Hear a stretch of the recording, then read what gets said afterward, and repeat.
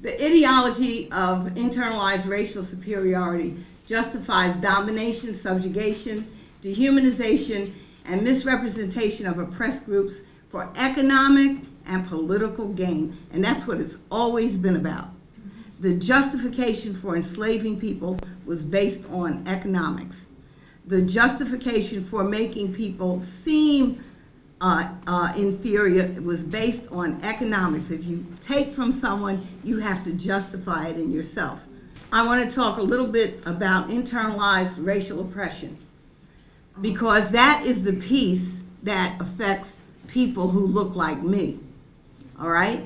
Now, internalized racial oppression is a complex, multi-generational process that teaches people of color to believe, accept, and or live out negative societal perceptions and definitions of themselves. Those behaviors help support and maintain the race-based social construct under which we live. Who would disagree with this definition? Black people only may speak. No, because we are the ones who suffer as a people with internalized racial oppression. When it's being, we come to believe and act as if the oppressor's belief system and their values and their way of life is reality. That we come to accept as the norm. So nobody wants some, I'll give you some that aren't just racial, some things that are examples of self-hate or internalized racism. I'll do one for women. How many of you have ever heard, women need to know their place? That is an oppressor's way of allowing for violence, isn't it? It's a way of perpetrating. And how many women, when we have a vice presidential candidate who really kind of probably believes that, oh, I don't know what her place is, but she doesn't believe in women's health, that women have the right to determine their own health issues. Am I right? Something to think about. Invalidating our children, and this is something that is painful to me, that we carry, many of us, the internalized slave message that our children have to be treated fiercely, that we have to be fierce with each other, that we can't be loving and kind to each other.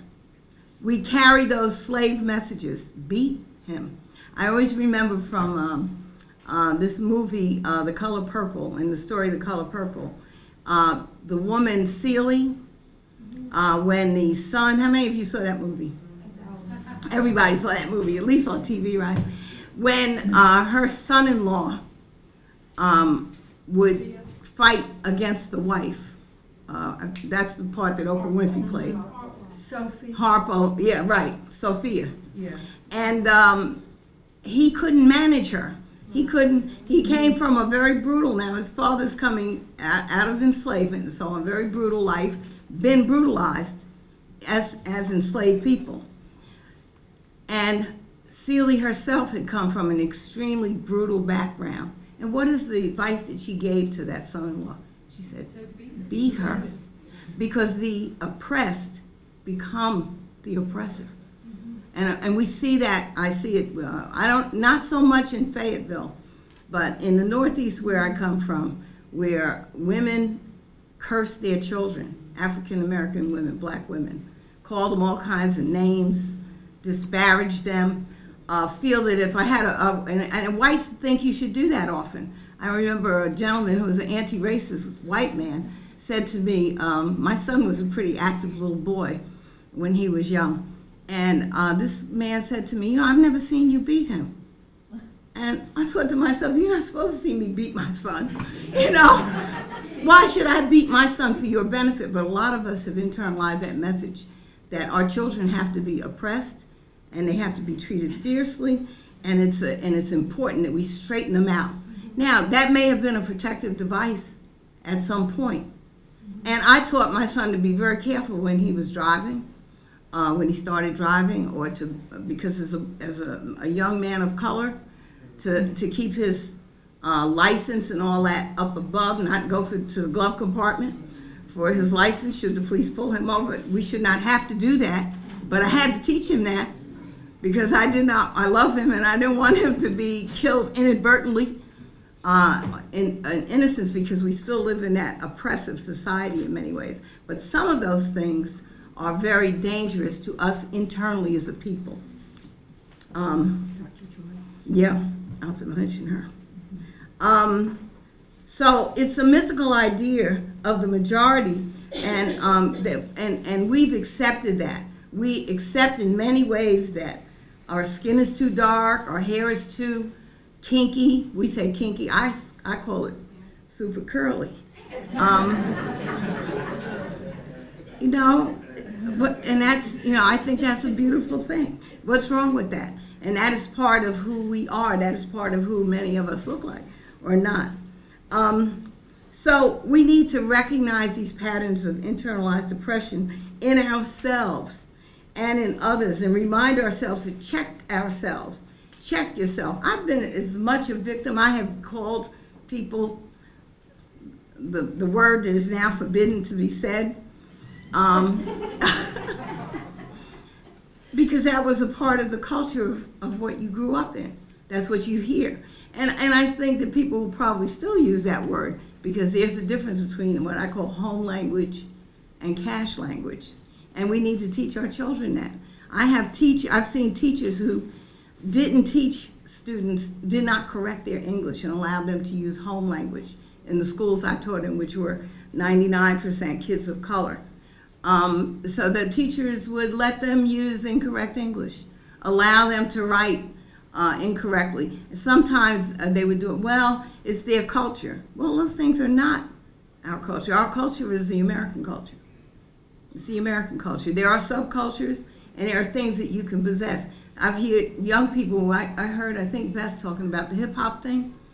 A lot of times we feel, well, this is black culture, and I'm only gonna listen to black culture. And if you listen to something different, like elevator music, which I listen to, or classical music, then you're not being genuinely and authentically black. Oh, well, that's an oppression. That is an oppression. And it's an impression of, I'll reject all this because I'm being authentically black. There's very little that is authentically black anymore, because everything that African people brought here and the things that natives gave have now become a part of the American landscape. They're a part of being American. It reminds me of a time when I went to a powwow in Jersey. They have native powwows, you know. And I said, I'm gonna go up and see what's going on, you know, because I know that, you know, somewhere all of us have something, some native in us.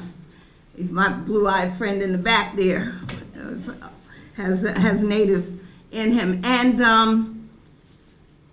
I wanted to try some native food.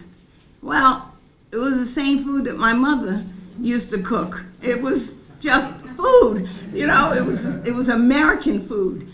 It was sweet potatoes fried, which was, you know, it's like, this is not Indian food. Yeah, this is native food, because it's the food that is a part of America.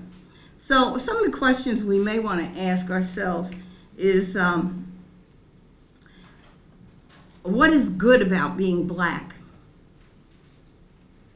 And if you think there's nothing, then you got a way to go. You're way down on the end of the continuum. No. Also, what makes me proud of being black? And I kind of resent that question, because again, that's a collectivism. And one of the things that I think we need to move away from is the whole theory of hypodescent. And that's the theory that if you have one drop of black blood, you are black. Because that is just not so. Most people in America are actually what I would call Creoles. They're people of 3 or 4 races and American born. Hypodescent was used to keep people enslaved. That one drop rule was to keep people enslaved, and many of us still go by that rule. If I have one drop, I'm black. Well, you're not really. And you know, you're really an American, and you're really probably many things. That doesn't mean you can't embrace all of your cultures, and I think we can reach out and embrace all of our cultures.